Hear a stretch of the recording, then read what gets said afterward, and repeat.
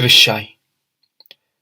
Mae grisiau ar hyd ei groen, rai coch sy'n dringo'i nunlle, yn tei disgyn y maen nhw'n ei wneud.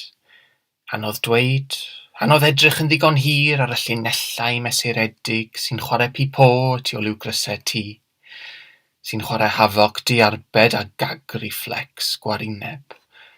Hycha fi. Dydy bechgyn ddim i fod i ffidlo i cyrff fel hyn. Eithriadau, steroids, tatŵs, testosteron, Viagra os oes angen, conversion therapy os yw pethau'n mynd o chwith, na sgriblo gêm o notes and crosses dros ei crwyn. Dydy bechgyn ddim i fod i thyllu yn rych y bathrwm ac estyn am y rasel agosaf, ac eithrio ar mwyn siafo.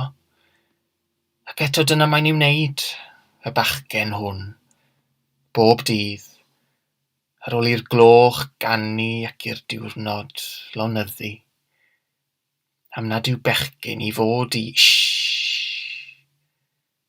Am nad yw bechgyn i fod i siarad.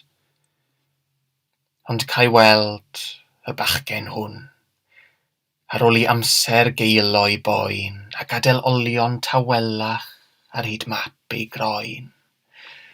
Cael weld mor glir ag un sgwrs ffôn, taw i fyny, fyny, fyny roedd y grisiau'n dringo.